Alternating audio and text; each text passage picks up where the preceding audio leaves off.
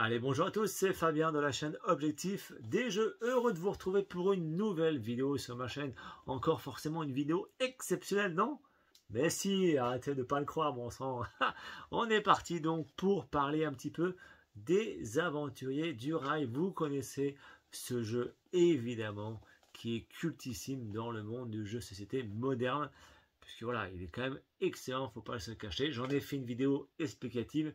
Évidemment, allez faire un tour sur cette vidéo et on va parler de les Aventuriers de Londres parce que là prochainement je vais y partir avec les enfants où j'ai voulu un petit peu leur montrer les différents quartiers de Londres. Est-ce que ce jeu vaut le coup par rapport à Europe? Petite boîte, à voir. Donc voilà, on me l'a fait, j'ai voulu vous le montrer. Je sais qu'il y a prochainement Berlin Berlin est arrivé. Je vais les recevoir aussi et je vous montrerai aussi ce jeu, les Aventuriers du Rail Berlin. Mais là, c'est Londres. Il y a une petite subtilité par rapport à Europe. Est-ce que ça vaut le coup de l'acheter ou pas? Si vous avez Europe ou pas, on va voir ça durant cette vidéo avec les Aventuriers du Rail Londres. Mais avant de retourner et d'aller faire un tour sur ma table de jeu, quel autre Aventurier du Rail vous me conseillez? J'ai joué bien sûr au classique avec l'Amérique, mais j'ai vu qu'il y a une tripotée de jeux Aventuriers du Rail, Asie, Pologne, etc., etc. Il y a beaucoup de jeux. Est-ce qu'il y en a un qui se démarque des autres? C'est ça que je veux voir en commentaire, si vraiment ça vaut le coup. Là, je sais que prochainement que je vais vous montrer, c'est Berlin, parce qu'à priori, il y a les métros aussi. On va pouvoir travailler sur en haut et en dessous de la ville, donc ça peut être sympathique, c'est pour ça que je l'ai acheté. Mais Londres, ça a des bus, il y a des petits quartiers où ça range des points, mais ça ne révolutionne pas du tout le jeu. Est-ce qu'il y a un autre Aventurier du Rail qui vaut vraiment la chandelle? C'est ça que je veux voir en commentaire. On est parti donc pour cette présentation de ce jeu. Je vous montrerai quelques tours des Aventuriers du Rail, mais si vous connaissez la version Europe, vous n'allez pas trop être dépaysé. On est parti pour ce jeu. Let's go! Eh bien, on est parti pour parler des Aventuriers du Rail. Eh ben non, pas l'Europe, puisque vous l'avez déjà vu sur ma chaîne. Je vous ai expliqué cet excellent jeu qu'il faut vraiment tester au moins une fois dans sa vie, parce que les Aventuriers du Rail, Europe ou le tout court Amérique, il est vraiment génial. On va parler d'un autre jeu, enfin du même jeu, mais version donc Londres. On me l'a offert en cadeau.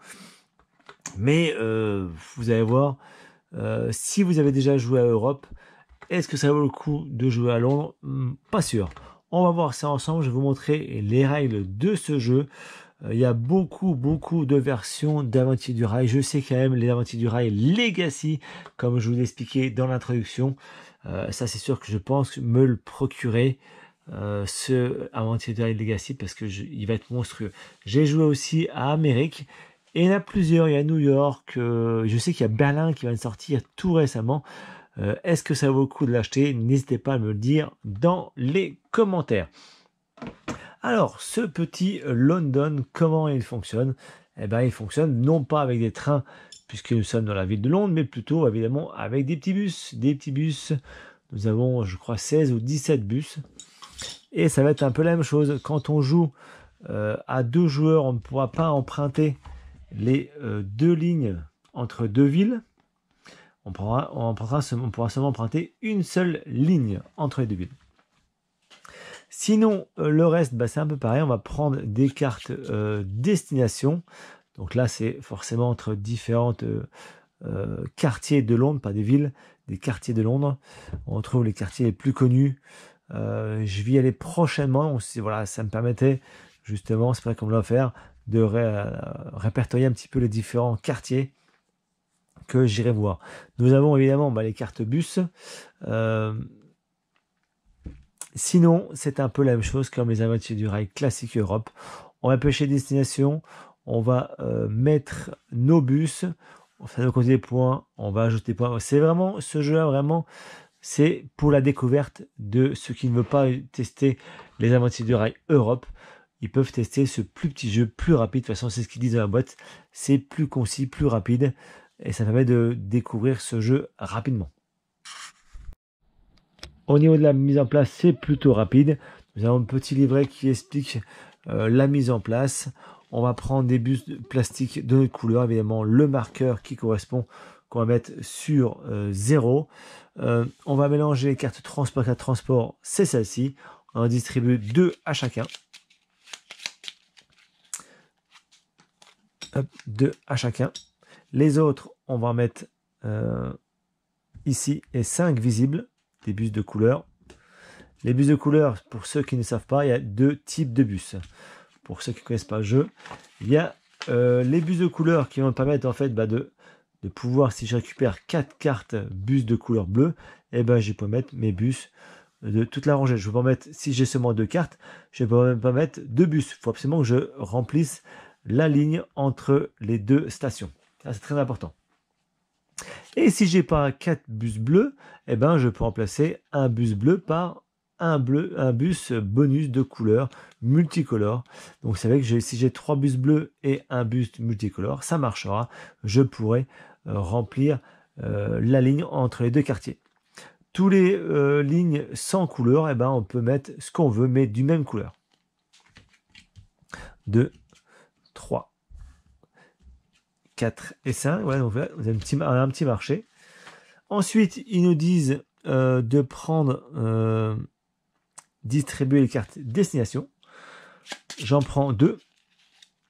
Et là, attention. Et là, un petit peu attention parce que il va falloir vraiment absolument faire ces destinations. Parce qu'en fin de partie, si on n'a pas fait les deux, par exemple Baker Street et Trafalgar, donc Baker Street c'est ici, et Trafalgar c'est ici. Voilà, donc c'est assez rapide. On peut mettre 4 bus plus 1 cinquième, on l'a fait. On aura 5 points. Mais si on n'arrive pas à faire ce trajet, ou imaginez, moi je suis le violet. Je suis le violet, d'accord. Et le bleu s'amuse à me piquer mon chemin. Si se met ici, et que moi, bah, je veux relier en tant que violet mon chemin, eh ben, je vais être obligé de passer sur un autre endroit, par exemple comme ceci. Passer par là, donc ça va rallonger. Mais à chaque fois qu'on met des bus, ça ramène des points de victoire.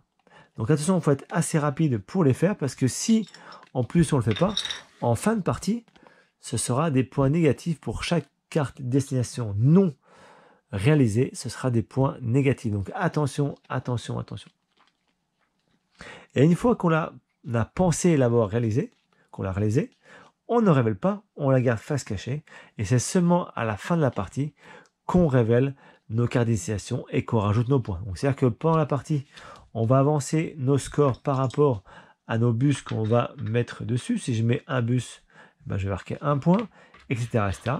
Mais les cartes destination, on ne sait pas combien de points, enfin l'adversaire ne sait pas combien de points on va avoir. C'est ça qui est intéressant dans ce jeu. C'est les cartes destination, on ne sait pas le score. Et une fois qu'on a fait notre destination, on peut en récupérer d'autres. On en repioche 2 à notre tour de jeu. Et on va pouvoir en choisir au moins une. Donc là, si les deux ne conviennent pas parce que c'est carrément à l'opposé de ce qu'on fait, dommage, ça nous fera des points négatifs. Voici pour les règles de ticket. Donc la mise en place, elle est faite, je vous ai dit. On prend donc 2 cartes Londres de bus, 2 cartes destination. On en garde au moins une des deux. On peut en éjarter une si on veut pas. L'adversaire, c'est pareil. Et maintenant, on est prêt à jouer. C'est ce qu'ils expliquent ici. Ça se joue en fait en 3 phases. Ok, on va pouvoir donc prendre des cartes transport. Je vais pouvoir en prendre à mon tour de jeu. Prendre 2 cartes différentes. Ou 2 cartes identiques. Ou 2 bleus si je veux. Mais je dois prendre 2 cartes. Mais si je veux prendre le bus, eh ben, je prends qu'une seule carte. C'est soit 2 cartes de couleur, ou soit une carte de bus. Et si vraiment ça ne me plaît pas, eh bien, je prends une carte de la pioche dessus. Autre action possible, la deuxième action possible, c'est soit je fais une action et on passe au voisin. Donc la deuxième action possible, évidemment, c'est de défausser les cartes de couleur. Vous voyez, imaginez... je vais prendre des petites cartes pour vous montrer un petit peu. J'ai plusieurs cartes en main déjà, maintenant il faut que le temps. Eh ben, j'ai 2 cartes oranges. Je les mets ici. 2 cartes, 2 bus, ça fait 2 points. Je pars à 2 points. Et celle-ci, évidemment, elle part à défausse. Ça, c'est la deuxième action possible. Et on a quasiment fait le tour. Et bien sûr, la troisième action, bah, c'est pouvoir reprendre des cartes destination. J'en repioche 2. et j'en choisis une. Voilà les 3 actions qu'on a à faire et on doit faire une des 3 actions par tour. Et à chaque fois, on change. OK? Alors, la subtilité par rapport à Europe, puisque vous allez me dire, c'est quasiment la même chose. La petite différence, c'est des districts. Vous voyez, en fait, il y a des numéros 2, 2, 2, 2, 3, 3, 3. Si j'arrive à connecter tous mes bus ensemble, comme ceci, de la même couleur, et bien à la fin de partie, j'aurai 3 points de victoire en plus. Voilà à quoi sert ce district. Pour compléter un district, un joueur doit connecter entre les couleurs, enfin le district. Moi, je fais la couleur. Alors, dans la règle du jeu, ils nous disent que voilà, si un autre personnage fait ça, on a quand même les points parce que c'est le violet qui aura le plus de couleurs. Mais voilà, pour être clair, quand je joue avec mes enfants, moi, je fais vraiment la même couleur. Comme ça, il n'y a pas du tout d'ambiguïté. Voilà, c'est la seule différence qu'il y a avec l'Europe. Il est plus simple. On choisit nos cartes. On met des bus, ça nous rapporte des points. On avance. Les cartes destination, eh ben, c'est quand on a réalisé, on ne le dit pas, on la cache un petit peu. Et c'est seulement à la fin, une fois qu'on a fini, comment se termine la partie. Quand je dis que c'est fini, eh ben, en fait, c'est quand dans notre réserve de bus, dès qu'il nous reste 2 bus ou moins, eh ben, on déclenche la fin de partie.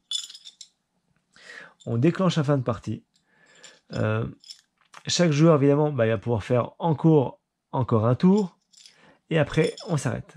On calcule les points gagnés déjà forcément là. On vérifie. On prend les cartes destination qui sont ici. Et on rajoute les points en vérifiant bien que mon trajet a été fait. Par exemple, je vous montre Big Ben hop, ici. Et Charleston, il est où celui-là? Il est là-haut. Allez, hop. Et bien mon trajet, vous voyez, entre Big Ben et Charleston House, et ben mon trajet a été fait. Donc boum, je peux me rajouter 5 points. L'autre par contre, King's Cross et Buckingham Palace, n'a pas été fait. Donc là, je perds 6 points. Voilà comment fonctionnent les cartes destination. Et ensuite, on vérifie les districts. Donc là, il n'y a aucun qui a été fait, mais voilà. Ils nous disent enfin, chaque joueur ajoute la valeur de chaque district complété. Un district est composé d'un lieu partageant la même couleur, comme je l'ai dit, et le même nombre. Ce nombre est égal à la valeur du district, évidemment. Donc le district, là, petit district, il vaut 3. Un district est considéré complété par un joueur quand ce dernier connecte entre tous les lieux qui le composent. Voilà, comme ça au moins. Voilà, là, la même joueur, il a connecté en lui les 3 lieux. Et bien c'est bon, il aura les 3 points. Donc je pouvais marcher aussi comme ceci. Hein. Il faut que j'en rajoute celui aussi. Ça marchait aussi. Voilà. Vraiment, tout est connecté, le district est connecté. Là, j'aurais pris 3 points en plus en fin de partie. Voici les 3 phases pour jouer à ce aventurier du rail Londres. Voilà, je vous dis, ce jeu-là, il sert vraiment pour ceux qui ne connaissent pas le jeu Europe ou pour jouer avec des enfants. Voilà, je joue avec mon enfant de 8 ans parce que Destination Europe, c'est un peu trop vaste, c'est peut-être un peu trop compliqué, un petit peu trop de chemin. Donc pour mon enfant de 8 ans, Europe, c'est pas encore bon. Mais j'ai joué plusieurs fois avec lui à Londres, ça fonctionne très bien. C'est plus petit, il arrive vraiment à distinguer par où il faut passer, les cartes destination, et ben ça marche tout bien. N'hésitez pas à me dire en commentaire quel autre jeu Aventurier du Rail je pourrais acheter. Bien sûr, ne me dites pas Legacy parce que forcément celui-là, je vais l'acheter. Il y a Berlin, j'ai pas encore vu si Berlin le prochain était vraiment intéressant. Dites-moi tout ça en commentaire, quel prochain Aventurier du Rail vous voulez voir sur la chaîne. Je vous dis à bientôt, prenez soin de vous.